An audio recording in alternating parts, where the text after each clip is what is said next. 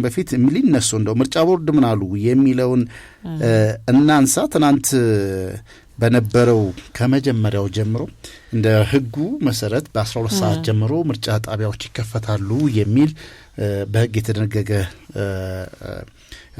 ሆኖ ያለ እንግዲህ በነበረው ቆይታ ላይ ከነበሩት 51,000 ምናምን የምርጫ ጣቢያዎች ውስጥ 50,188 ጣቢያዎች በሰዓቱ 12 ሰዓት ላይ የተከፈቱ 50,188 የምርጫ ጣቢያዎች በሰዓቱ የተከፈቱ ሲሆን ከዛ ውስጥ ደግሞ 695 የሚሆኑ ዘግይተው ወደ 12 ሰዓት ተኩል 1 ሰዓት አካባቢ የተከፈቱ ምርጫ ጣቢያዎች አሉ የሚል ነገር አንስተዋል።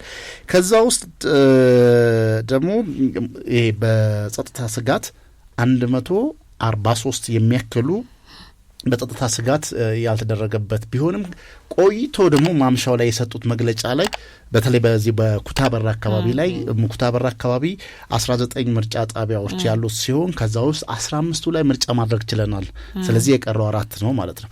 ኢቭን እስከ 7 ሰዓት ላይ በሰጡት መግለጫ ላይ እንግዲህ 50,188 በሰዓቱ ተጠብቆ ምርጫ ሲካሄድ የነበረ ሲሆን 695ቱ ደግሞ 1 ሰዓትና 12 ሰዓት ተኩል የተከፈተ ሲሆን 143 ምርጫ ጣቢያዎች እንግዲህ ምርጫ ያልተካሄደበት እስከ 7 ሰዓት የነበረ እንደሆነ አሳይተዋል። ይሄን በፐርሰንት ሲሰራው 98.3% ምርጫ ጣቢያዎች በሰዓታቸው ከፍተው በሚገባ ሁኔታ ምርጫዎቻቸውን ሲያካሂዱ የነበረበት ኢቭን አንዳንድ እነዚሁ አሁን 50,188 ሰዓቱን ጠብቆ የከፈተ ምርጫ ጣቢያ 695 ዘግይቶም ቢሆን 1 ሰዓት 12 ተኩል የተከፈተ እንደሆነ ተነግሮ 143ቱ በጸጥታ ምክንያት አልተከፈተም የሚለው እንትን ሲሉ ያንን 50,188ቱንና 695ቱን ትተው ያችን ወስደው ሲያራግቧት የነበረበት ሁኔታ አለ። ይሄ በሰዎች ላይ የፍርሃትንና የኢትዮጵያ መምረጥን ሁኔታ የማስደናቀፍ ሁኔታን ያየንበት ነው። ምርጫ ቦርድ እንግዲህ ባቀረቡት በሰጡት መግለጫ ላይ የምርጫ ታዛቢዎች የተገኙበት 39,723 ምርጫ ጣቢያዎች ላይ የምርጫ ታዛቢዎች ሄደው የታዘቡበት ሲሆን 41,978 ምርጫ ጣቢያዎች ላይ ደግሞ የፖለቲካ ፓርቲዎች የራሳቸውን ተወካይ ያቀረቡበት ነው። እጅግ በጣም ትልቅ ቁጥር ነው። ምናልባትም እስከ ዛሬ የነበረው የቁጥሮችንም ቀደም ስታነሳ የነበረበት ሁኔታ አለ። ከ87 የመጀመሪያው ምርጫ ጀምሮ የተነሱ ቁጥሮች አሉ። ምን ያህል ህዝብ እየቀረበ ሲመርጥ እንደነበረ የመጀመሪያው የ87ቱ ላይ 21.3 ሚሊዮን ህዝብ ነበር ተመዝግቦ እንትን ያደረገው። በሁለተኛው 92 ዓመተ ምህረት ላይ የነበረው 21.8 500,000 ነው የጨመረው። በዚህ በ97ቱ ትልቁ እንግዲህ በሀገራችን የነበረው ብርቱ ፍክክር የታየበት ምርጫ ላይ 31.9 ሚሊዮን ህዝብ ነው መጥቶ ካርድ የወሰደው። ይህ የአምስተኛው ምርጫ 2002 በዛ በ2002 ላይ በነበረው ደግሞ 36.9 ሚሊዮን ህዝብ ነበር። ይህ ባለፈው 2013 ላይ የነበረው በኮቪድ 1 ዓመት የተራዝሞ የነበረው 40.5 ሚሊዮን ህዝብ ነበር እንትን ያደረገው። አሁን በዚህኛው ዓመት ውስጥ 54 ሚሊዮን በላይ ህዝብ ነው። እንግዲህ ከ5 ዓመት በፊት የነበረው ህዝቡ ምን ያህል ዲሞክራሲን ኤክሰርሳይዝ እያደረገ የምታየው የሚጨምረውን ቁጥር የምታይበት ሁኔታን የሁሉ ኢንተርቫል ሬንጁን ብትወስድ እጅግ በጣም ጥቂት ናቸው። አራተኛው ምርጫና አምስተኛው ምርጫ ላይ የነበረው ልዩነትን ስትወስድ የ5 ሚሊዮን ልዩነት ነው ያለው። በአምስተኛው 2007 የነበረውና 2013 ላይ በነበረው ልዩነት ላይ የነበረው ወደ 3 ሚሊዮን አካባቢ 3 ሚሊዮን ልዩነት ነው።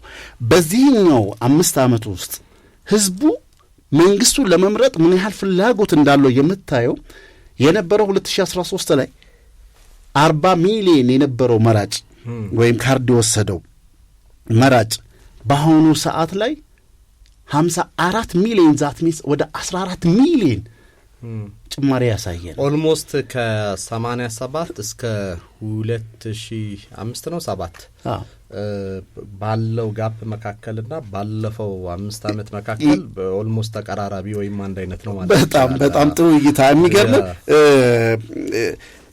የመጀመሪያው ምርጫ 1987 የነበረው 21.3 ሚሊዮን ህዝብ ነው የወሰደው። አምስተኛው ምርጫ 2007 ላይ በ20 ዓመት ልዩነት ውስጥ የነበረው 36.9 ሚሊዮን ነው። ያ ማለት 15 ሚሊዮን ልዩነት ነው። ይሄ በ20 ዓመት ልዩነት ውስጥ የመጣውን በ5 ዓመት ውስጥ የታየ ትልቅ ቁጥር ነውና ዲፈረንስ ያመለክታል። ምንድነው አሁን ይሄ ምርጫ ስንወስድ እንግዲህ የኢትዮጵያ ህዝብ የቀረቡለት አማራጮችን ቀደም ያያናቸው ነበር። ከቀረቡለት አማራጮች የምርጫ አማራጭ ወይም ደግሞ ሀገር የማጽናት አማራጭ ነው። ይሄ ምርጫ ከምርጫ ባሻገር ነው መታየት ያለበት ነው። ምክንያቱም ብዙ ሀገራት ላይ ምርጫን ተከትሎ ቀውሶች ሲፈጠሩ ነበር እና ያንን ቀውስ የተሻገረበትን እውነት እንመለከታለን። ምክንያቱም ይኸውልህ ቀውስ ኢኮኖሚ ነው። ቀውስ ከፍተኛ የሆነ ገንዘብ የሚንቀሳቀስበት ነው። የጦርነት ኢኮኖሚ አለ። ለምሳሌ አሜሪካ የአፍጋኒስታን ውስጥ 2.4 ትሪሊዮን ዶላር አወጣች። ከዛ ውስጥ አፍጋኒስታን ምንም የደረሳት ነገር የለም። ኢቭን ሲምፕል መንገድ እንኳን አልገነቡላት። ሽሮ ፈሰስ አስፋልት እንኳን አልተሰራላት። ነገር ግን የአሜሪካ የምግብ ካምፓኒዎች የአሜሪካ ፖሊስና የወታደራዊ ስልጠና ተቋማት ለመከላከያ ሎጂስቲክስ የሚያቀርቡ ተቋማት የዩኒፎርም የምናምን ገንዘቡ በዚህ ውስጥ ነው የአሜሪካን ኢኮኖሚን ያንቀሳቀሰው። ኢኮኖሚው እንዲንቀሳቀስ ጦርነት መከፈት ነበረበት። ምንድነው በዓለም ላይ የሚካሄደው ካልክ ተመሳሳይ ነገር ነው። ጦርነቱን የሚከፍቱ ሀያላን ሀገራት ባንተ ቀውስ ባንተ ውድመት እነሱ ተጠቃሚ ይሆናሉ፣ ካምፓኒዎቻቸው ይሰራሉ፣ አንተ ግን ደቀ ትቀራለህ። በእንትንም በዩክሬን አውሮፓዊት ዩክሬን በምትባለው ሀገር እንኳን የተመለከትነው ይህንን ነው። ሪሶርሷ ነው እየተዘረፈ ያለው። ሬር ኤርዝ ሜታሏ ወይም ደግሞ ልዩ ማዕድኖቿ ነው እንትን እያለ ያለው። ስለዚህ ግጭት ጠማቂዎቹ ግጭቱን ይጠምቁታል፣ ከዛ ግጭቱን ያስተዳድሩታል። ግጭቱን እንዴት ያስተዳድሩታል? ለአንተም መሳሪያ ይሸጣሉ፣ ለዛኛውም ወገን መሳሪያ ይሸጣሉ። ይሄንን ጉዳይ ደግሞ በሚዲያ አፋፍሙታል። ይሄኛው ወገን እንዲህ አለ፣ ይሄኛው እንዲህ አለ። ከዛ በኋላ ግጭቱ ከተጀመረ በኋላ ግጭቱን አንተ አትወስነው፣ የሚያስተዳድሩት እነሱ ናቸው። ለምሳሌ በሁለቱ የጦር መኮንኖች ሱዳን ውስጥ ግጭት ተነሳ። ግጭቱ አሁን ከሁለቱ ወጥቷል። ግጭቱን የሚያስተዳድሩ አካላት አሉ። ጦር መሳሪያ ይሰጧቸዋል፣ ሚዲያ አላቸው። እከሌ እንዲህ አለ፣ እከሌ ተቋቋ እንትን አለ፣ እከሌ እንደዚህ ያደረገ ይሏቸዋል። ለሁለቱም ጦር መሳሪያ ይሰጧቸዋል። ያ ጦርነቱን ለማሸነፍ ሲል ያለውን የሱዳን ሀብት ያስረክባል። ምናልባት የሶአኪን ደሴትን ማስረከብ ካለበት የሱዳን ስትራቴጂክ ቦታዎችን ማስረከብ ካለበት አልቡርሃን ያንን ያደርጋል። ደጋሎ ደግሞ የወርቅ ጉድጓዶችን ተቆጣጥሯል። ለጦርነቱን ለማስኬድ ሲል የወርቅ ጉድጓዶችን አሳልፎ ይሰጣል።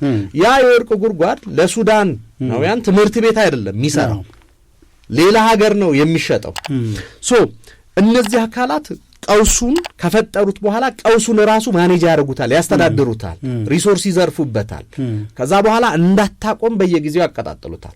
ቀውስ ከቆመ በኋላስ ሰላም አስከባሪ ይልካሉ። ሰላም አስከባሪ ሲላክ ከፋይነህ ወይም ደግሞ ዓለም አቀፍ ተቋማቱ ለነዚህ ሀገር እንትኖች ይከፍሏቸዋል። ከዛ ኢሊት ግሩፖቻቸው አሉ፣ ዩኒቨርሲቲዎቻቸው ምናምኖቻቸው ጥናት ያጠኑብልሃል። በቃም ያጠኑ ረጅም ጊዜ ነው የሚቆየው። እንደው ጊዜያዊ ይሆናል እንጂ አሁን ለምሳሌ በኢትዮጵያ ይሄ ትርክትን የምናያቸው እንደዛ አይነት ነገርም ጽፈው እኮ ያስቀምጡ ነው። ኤግዛክትሊ ሰላም የማይፈጥርልም ልትግባባበት ማችለውን ነገር ረጅም ጊዜ ሆቴል ይዘው ነው እነዚህ ሰዎች ጥናቱን ያጠነው። ኮንፈረንስ ይካሄዳሉ፣ 5 ስታር ሆቴል ነው የሚካሄዱት። ዩኒቨርሲቲዎቻቸው እንትን ይላሉ፣ ከህዝቡ ጋር ማይግባባ ነገር። እነሱ ኢኮኖሚ እየሰሩ ነው። በዛ ውስጥ የዩኒቨርሲቲዎቻቸው የጥናት ተቋማት ኢሊቶቻቸው እንዲጠቀሙ ያደርጋሉ። በፊት የዛ መጨረሻ መልሶ ግንባታ ይመጣል። መልሶ ግንባታ ገንዘብ ተበድረ ነው። ካዘኑልህ የረጅም ጊዜ ያደርጋሉ። አብዛኛው ኮሜርሻል ነው። መልሰን ገነባን ይሉህና ተበድረህ እንደገና ራስን ትገነባለህ። ስለዚህ ጦርነት ኢኮኖሚ ነው፣ ግጭት ኢኮኖሚ ነው። የኢትዮጵያ ሕዝብ መረጠ እምቢ አለ ስንል ይህንን ፕሮሰስ ነው ያመለጠው። በቃ የሀገር መጽናት ማለት ይህንን ፕሮጀክት ነው ያመለጠው። ይህንን የጥፋት ፕሮጀክት ሌሎች ሀገራት ላይ ተሰርቶ ያደገ። ሁለተኛው ሀገሩ መንግስት ቅቡል በመሆኑ ምክንያት በምርጫ የመጣ መንግስት በመሆኑ ምክንያት ማንም ይምጣ ማንም አሁን ያለው የሚቀጥል ወይም ደግሞ ሌላም ይምጣ ምንድነው የሚያደርገው ስትል አንደኛው የድርድር አቅሙን ያሳድጋል። ኦሬዲ ተመርጧል፣ ህጋዊ ቅቡልነት አለው። በኢትዮጵያ እጣ ፈንታ ወሰድ የሚያስችሉ ወሳኝ የሆኑ እንትኖችን መደራደር ይችላል። ውሳኔዎችን ማሳለፍ ይችላል። ህዝብ ቀስቅሶ ማሻገር ይችላል። ፖሊሲዎቹ ማስፈጸም ይችላል። ህጋዊ ቅቡልነት ያለው ነው። ለምሳሌ ሊቢያ ውስጥ ሂድ በከሊፋ ሀፍጣርና እንደዚሁም ደግሞ በዓለም አቀፉ የተመረጠ መንግስት አለ። ሁለት መንግስት ነው ያለው። የትኛው ነው መንግስት? ከማን ጋር ነው የምትደራደረው? ገብቷል? የትኛውስ ነው ተቀባይነት ያለው? አንዳንዶቹ የሚመቻቸውን ለከሊፋ ሀፍጣር ይደግፋሉ፣ ሌሎቹ ደግሞ በኢንተርናሽናል የተመረጠው ምናምን የሚባል ቅቡልነት ያለው ይባል እንደ ፖለቲካ ፍላጎታቸው ይለያያል። አሁን በምርጫ የሚያስቀርልህ ይሄ ነው ያለው መንግስት አንድ ነው። የምትደራደረው ከሱ ጋር ነው። የልማት ግቦች እቅዶች ምናምኖች አሉ፣ ከሱ ጋር ነው የምትደራደረው። ስለዚህ ይህንን ያስቀረ ምርጫ ነው። ከዚህ በተጨማሪ ደግሞ ኢትዮጵያ በቀይ ባህር ላይ ፍላጎት አላት። የልማት ፕሮጀክት ህዳሴ ግድብን አስፈጽማለች። የቀይ ባህር ፕሮጀክት አሏት። ሌሎች ደግሞ የልማት ፕሮጀክቶች አሏት። ቀጠናዊ ትስስሮችን ማድረግ ትችላለች። ምክንያቱም ህጋዊ ሌጂቲሜት የሆነ ቅቡል መንግስት ስላላት ማለት ነው። ስለዚህ በአጠቃላይ ስንጠቀልለው አንደኛ ኢትዮጵያ በዚህ ምርጫ የግጭት ፕሮጀክቶችን ያቋረጠችበት፣ ሁለተኛ የመዋጮ መንግስት ሬዲሜድ የሆነ ሳምበዲ ሰርቶ ጠጋግኖ የሚያመጣውን መንግስት እምቢ ያለችበት፣ በሶስተኛ ደረጃ ደግሞ የቀውስ አማራጭ የጦር አማራጭ ልክ በሌሎች ሀገራት በሱዳን፣ በሊቢያ፣ በየመን እንደምናየው በቀውስ ውስጥ ሀገር የመፍጠርን እምቢ ያለችበት፣ በመጨረሻ ግን ህልውናዋንና የሀገረ መንግስቱን ቀጣይነት ያረጋገጠችበት ምርጫ ነው። በጣም ኢትዮጵያዊነትን ክለርም የሰራንበት ይመስለኛል። እኛ ቅድም እንዳልከው ነው የመኖች አይደለንም፣ ሊቢያ አይደለንም፣ ሱዳን አይደለንም፣ ኢትዮጵያውያንን ብለው እኔ የትናንትናውን ትዕግስት የህዝቡ ምን ያህል ያለው ምን ነው ቢቀርስ የሚያስብል ቢሆንም ሀገር ምን ነው ቢቀርስ የምትባል እንዳልሆነች የሚያሳይ አይደለም። ምክንያቱም 10 ሰዓት መጥቶ እስከ 8 ሰዓት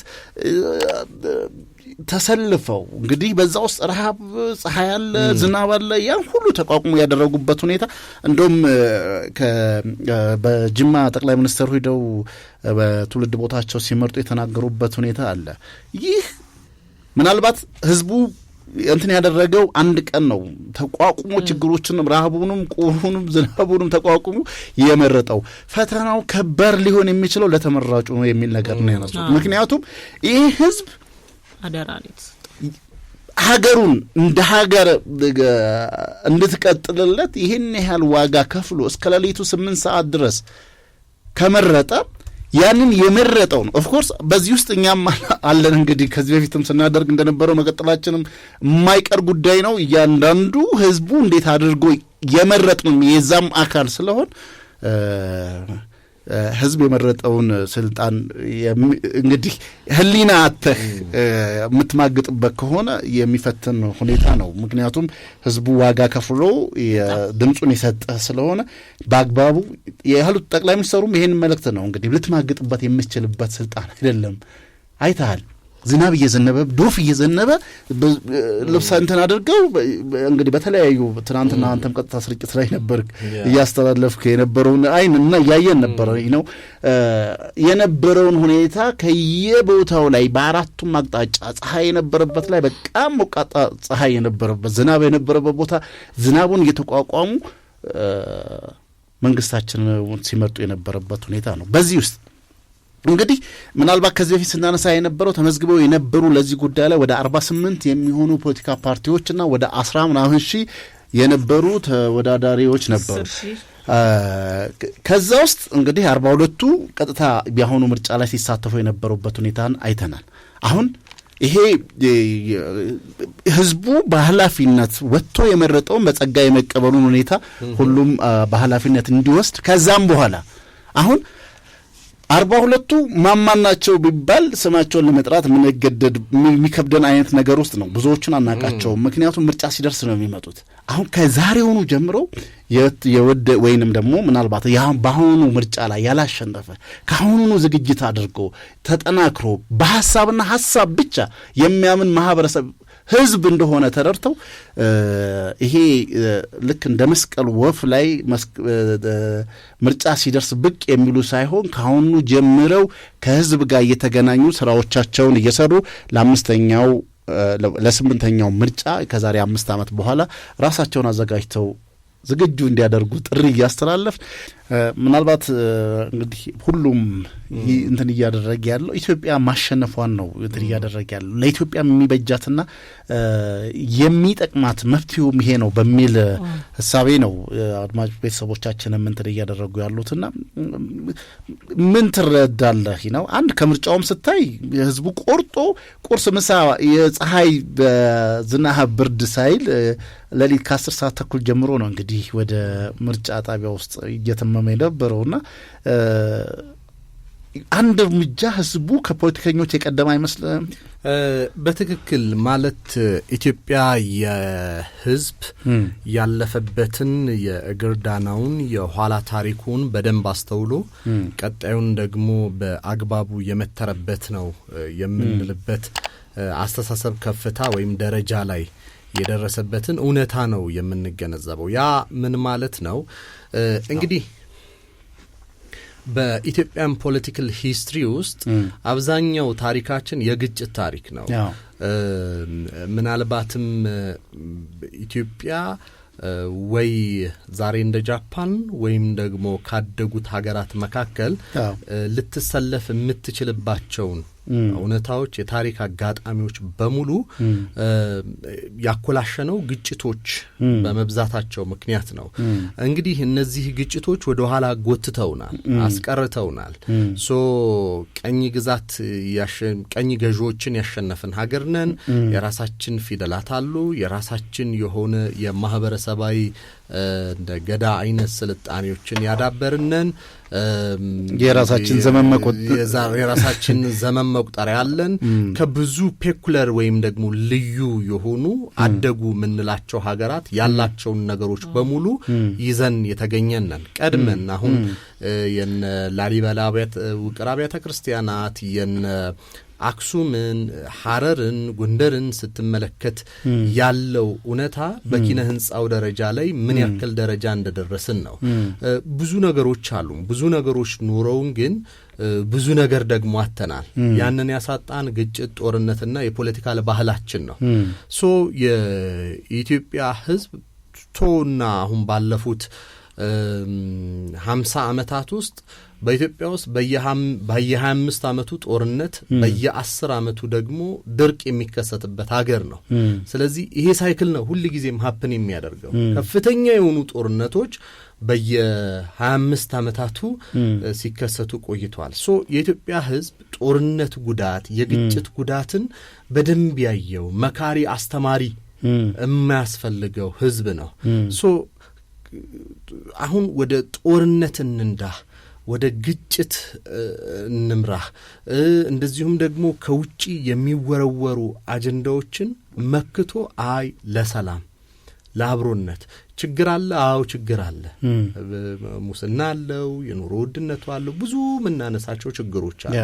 ግን ከችግሮች ሁሉ በላይ ሰላም፣ ሀገር መጽናት ይበልጣል። ችግሮቹን አሉ ብለን የምናነሳቸው መንግስት ሀገር ስላለ ነው። ከሀገር በታች ናቸው። እነዚህ የምናነሳቸው ችግሮች ነገ ተነጎዲያ ሊቀረፉ የሚችሉ ናቸው። ነገር ግን ሀገር ይቀድማል። የሀገር መጽናት ይቀድማል። ብሎ የወጣበት ሀገረ መንግስቱን ያጸናበት ቀደም እንዳልኩ ነው። ይሄ አጀንዳ ሊቢያ ላይ ተወርውሮ ለዜግነት የሚከፈላቸውን ሀገራት ለአይስ ለሚባል ሽብርተኛ ድርጅት አሳልፎ ነው የሰጣቸው። ሱዳን 1 ሚሊዮን ኢትዮጵያውያን ስደተኞች የሚኖሩበት ነበር። ሶሪያ ብዙ ኢትዮጵያውያን ያስጠለለች ነበረች። የመን በተመሳሳይ መልኩ ዛሬ የት ናቸው ያሉት? ወድቀዋል። ኢትዮጵያዊ በታሪክ በመማር ያስለፈውን በማሰናሰል የሚወረወረውን ብዙ የተባለበትን ነገር ትቶ ከፖለቲከኛው በላይ ስለ ሀገሩ መጽናት አስቦ ለዛ ነው ኢትዮጵያ ሚስጥር ናት የሚያደርገው። የኢትዮጵያን ሕዝብ ሚስጥራዊ የሚያደርገው እሱ ቀድሞ ያስባል እና ያንን አስቦ ነው ይህንን እንትን ያለው። ባለፈው አንድ ጊዜ የዲኤስቲቪ የሚዲያ ባለሙያ መጣና ስለ ሚዲያ ሐሳብ እያወራ ነው ነበረ። መጀመሪያ ኢትዮጵያን እንደ ኤኒ አፍሪካን ወይም ደግሞ እንደ የትኛውም የአፍሪካ ሀገር ነበር የተመለከትነው አለ። ስለዚህ ሌላ ሀገር የሞከርነውን ነገር ኢትዮጵያ ላይ ለመሞከር ሞከረን አለ። ኬንያ የሰራው ሞዛምቢክም ሳውዝ አፍሪካም የትም ይሰራል። ሞዛምቢክ ላይ የሰራው በመላው አፍሪካ ይሰራል። ስለዚህ ያ ትሬንድ ስለነበራቸው ኢትዮጵያ ላይም ተመሳሳይ ነገር ይዘው መጡ። ፌል አደረገባቸው። አይ በቃ ኢትዮጵያ ነጭ ናቸው፣ ነጭ አስተሳሰብ አላቸው አለና የፈረንጅ እንትኖችን አመጡ። እሱን ፌል አደረገ እና መጨረሻ ላይ የተማርነው ነገር ኢትዮጵያ የራሷ እውነት አላት የሚል ነገር ነው። ስሪታችን፣ ማህበራዊ ስሪታችን እንደዛ ነው። ስለዚህ ይሄ ደግሞ ከህዝባችን ካሳለፍነው ታሪክ የመነጨ ነው።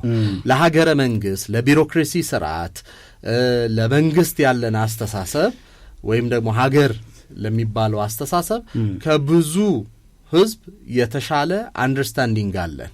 ለዛ ነው ደግሞ ካለፈውም ተምረናል። ከዛሬ 5 ዓመት በፊት እኮ አስከፊ ጦርነት አሳልፈናል።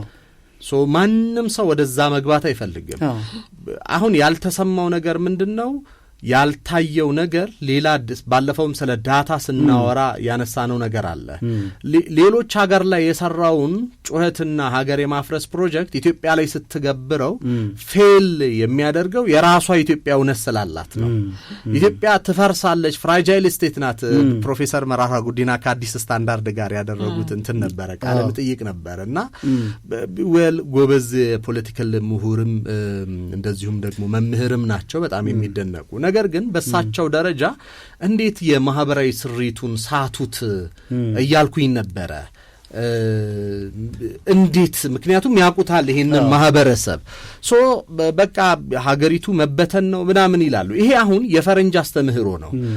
ሌሎች ሀገሮች ላይ ሰርቷል። ኢትዮጵያ ከሌሎች ሀገራት እንደ ሶሪያ ከገጠማት ተመሳሳይ ችግር ገጥሟታል እኮ። ያ ባለፈው ያነሳነው የ2 ዓመት ጦርነትና ግጭት ተመሳሳይ ነው። ከአረብ አብዮት ከአረብ ሪቮሉሽን ጋር ተመሳሳይ ነበር። ከአረብ ስፕሪንግ ጋር ተመሳሳይ ነው። ያካለለው የጂኦግራፊ ብዛት፣ ያሰባጠረው የህዝብ ብዛት፣ የቆይታ ጊዜ ተመሳሳይ ነው። ኢትዮጵያ ግን ተርፋለች። ተርፋ መንግስት አጽንታለች፣ ሰላም ሆኗል። የ2 ዓመቱ ጦርነት ኢትዮጵያን ይበትናታል ተብሎ ነበረ። በጣም አደገኛ ጦርነት ነበር። እዛ ጦርነት ውስጥ አሜሪካም፣ ሩሲያም፣ ቻይናም እንደዚሁ መካከለኛ ደረጃ የምንላቸው ኃይሎች የተሳተፉበት ነበረ። ነገር ግን ኢትዮጵያ በእነዚህ ሂደቶች አልፈረሰችም። የመጨረሻው ሙከራ ደግሞ ምርጫን የቀውስ ማጠንጠኛ አድርገው ዘመቻ ተከፍቶ ነበረ። ሌላ ሀገር በምርጫ ቀውስ ምክንያት ሲፈርሱ እያየን ነው።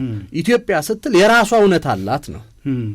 እንደውም የእነዚህ የኢትዮጵያ እንግዲህ ጠላቶች ተብለው የተፈረጁ ተላላኪዎች እንዳላቸው ይታወቃል። በሚዲያዎችም ከዚህ በፊትም ስንጠቅሳቸው የነበረና ስራዎቻቸውንም እዚህ ለህዝብ ስናቀርብ የነበሩ አካላቶች አስቀድሞ የነበረው ኢቨን አልጀዚራንም በፈሬም ስታነሳ የነበረበት ሁኔታ ነበር። ምርጫው ከመካሄዱ በፊት ይሄን ነገር የምርጫውን ሊሆን እንደማይችልና አስቀድሞ እንትን ለማድረግ በሰዎች አይምሮ ላይ የነዚህ የሚዲያ ተከፋዮችም ሲያደርጉት የነበረው የትም ቦታ ላይ መንቀሳቀስ አይቻልም እንዲህ ነው ምናምን ነገር ያሉ የተለያዩ ምስሎችን እያሳዩ የነበሩ አካላቶች ህዝቡ ወጥቶ ብሎ እንትን ሲል ሜም ነው መስራት የጀመሩት የተለያዩ ቀልዶችን እና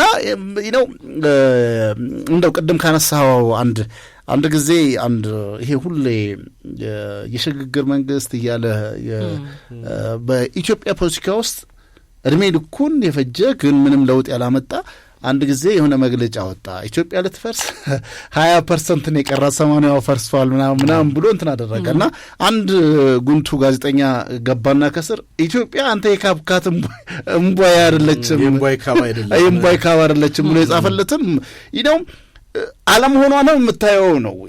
በምንም ውስጥ ሆኖ ተቋቁማ በኢትዮጵያ ሀገረ መንግስት ግንባታው ላይ የኢትዮጵያ ሕዝብ ምንም የማይደራደርበት ሁኔታ መሆኑን የምታይ ሁኔታዎች ናቸው። ችግሩ ምን መሰለ ተስፍሽ እንትን ይደረጋል አሁን ምሁራኖቻችን በክላስ ውስጥና በሌላ ሀገር የሚሰሩ ፕሮጀክቶችን ያንን ፕሮፓጌት የማድረግ ነው። ነባራዊ እውነታው የኢትዮጵያ እውነት ምንድነው ብሎ ያንን የመፈተሽ ነገር የለም።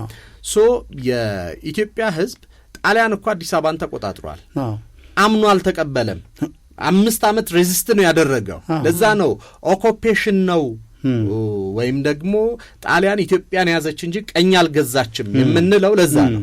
ምክንያቱም የተለያዩ የአፍሪካ ሀገር ላይ ቀኝ ገዢዎች ካፒታሉን ወይም ደግሞ ዋና ከተማውን ከተቆጣጠሩ በኋላ ህዝቡን አስገብረው ሳይኮሎጂውን ለውጠው ቋንቋ አስተምረው የትምህርት ስርዓቱን ቀርጸው ሪሶርስ ሲዘርፉ ነው።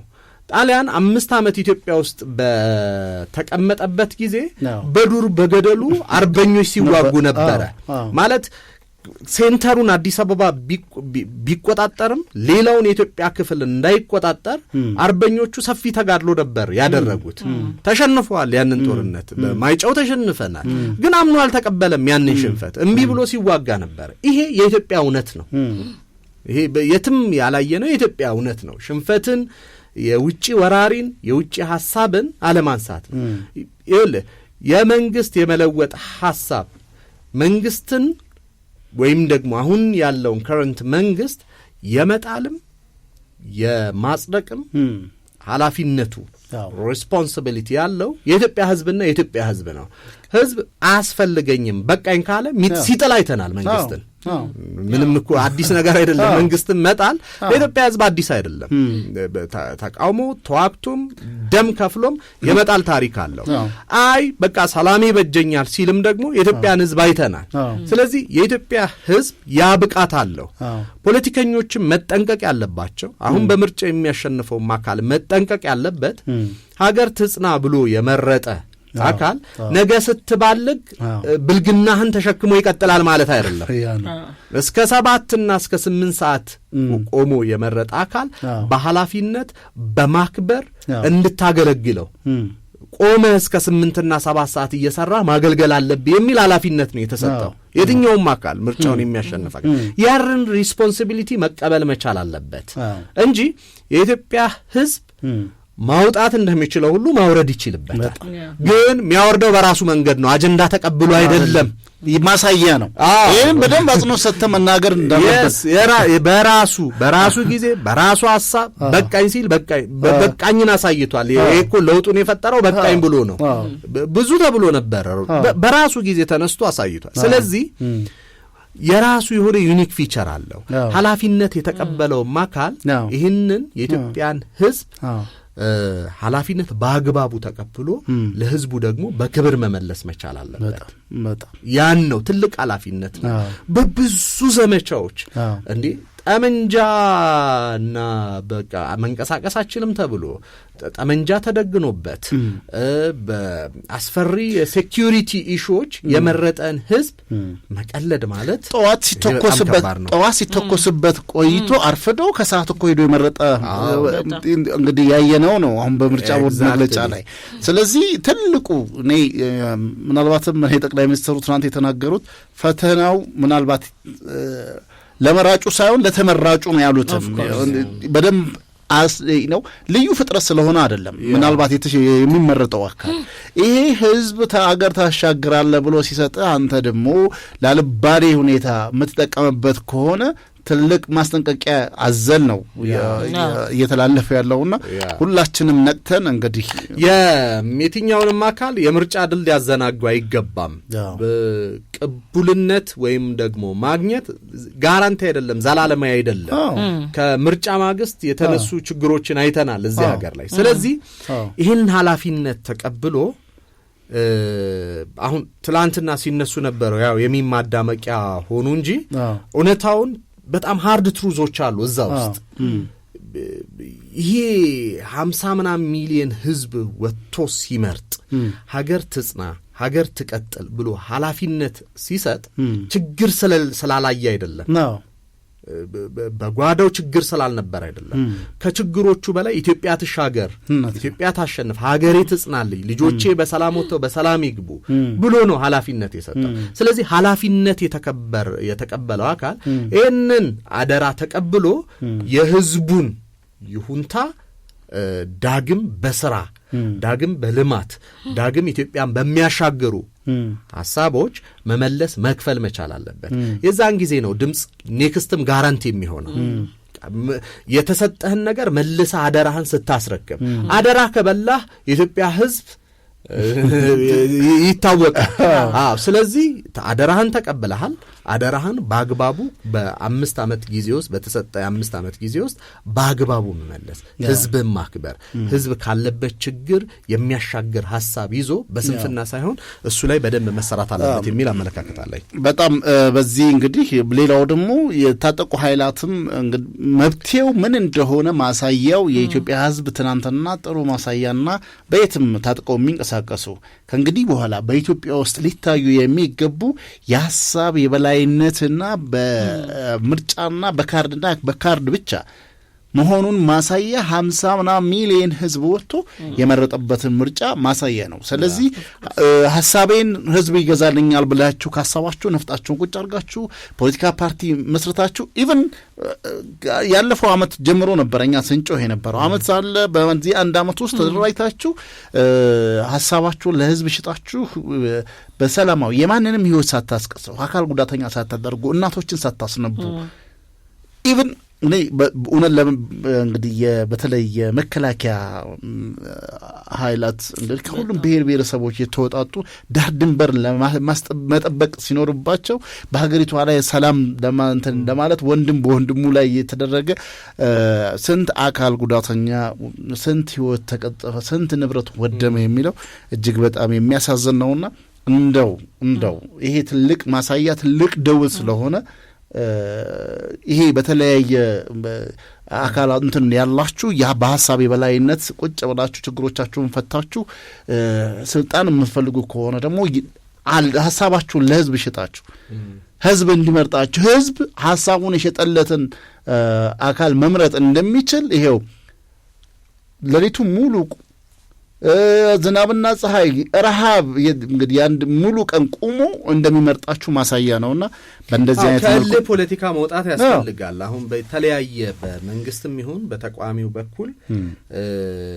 ያለው በተለይ ነፍጥ ባነገተው አካል አያዋጣም ሄድንበት አየነው የጦሩን የጠመንጃውን መንገድና ከእልህ ፖለቲካ መውጣት ለመነጋገር በርን ክፍት ማድረግ ጠረጴዛውን ክፍት ማድረግ ወንበሩ ላይ ቁጭ ብሎ በሐሳብ የበላይነት ተደራድሮ ሐሳብን ለማስረጽ ከሁሉም ወገን ይፈልጋል።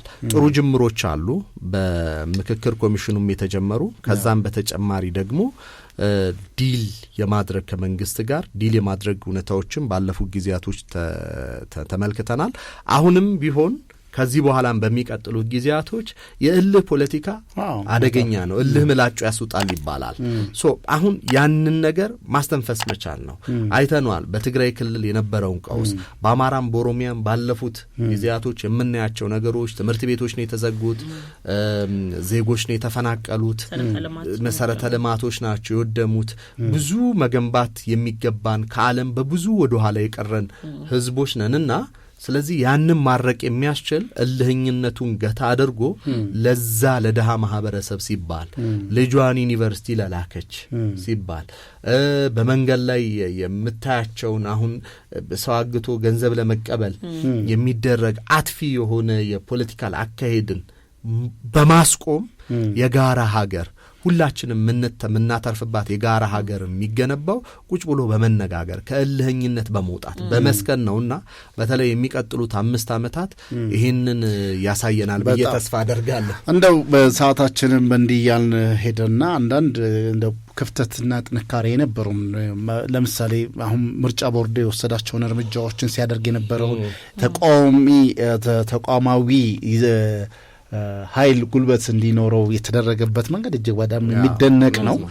እንደው ቢስተካከል ደግሞ ከህዝቡን ብዛት አንጻር አሁን እስከ ሌሊቱ 8 ሰዓት ድረስ ሰው ለመምረጥ የተገደደበት ምክንያት እንዲቆም የተገደደበት ድምፅ አንድ ህዝቡ ለምርጫው ያለውን ማሳያ ቁርጠኝነት ማሳያ ነው። ግን ይሄኛው ደግሞ እንዲጓተት ያደረገበት መንገድ ውስጥ አንዱ የማኑዋልና በዲጂታል የተመዘገቡ እንትኖች የአንድ ላይ እንትን የማለት ሆኖ ስም ፍለጋ ላይ አንድ ሰው ለማስተናገድ 15-20 ደቂቃ መውሰዱ ነው እና በእንደዚህ አይነት ሁኔታዎችን ይሄ መስተካከል ቢደረግበት ከዛ ባለፈ ግን እንደ ማህበረሰብ ብናመሰግን እንደው ክብር የሚገባው እየተተኮሰበት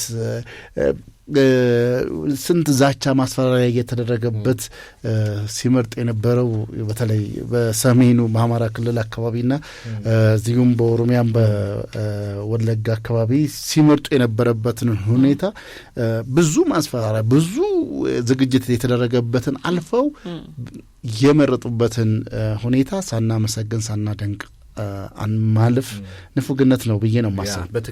በትክክል ህዝባችን በአጠቃላይ መመስገን አለበት። በዚህ አስቸጋሪ ሁኔታ ውስጥ ነው የመረጠው። እንግዲህ እንዲህ ያለ አሁን ሰዓታችን ወደ መገባደዱ ሆኗል። አብረናችሁ የቆየነው ፍሬህይወት ዮሐንስ፣ ብስራት መለሰና ተስፋዬ ስንሻው ነበር። መልካም ቀን እንዲሆንላችሁ ከወዲሁ ተመኘን። ሰላም። ቀናደ ቅን ልቦና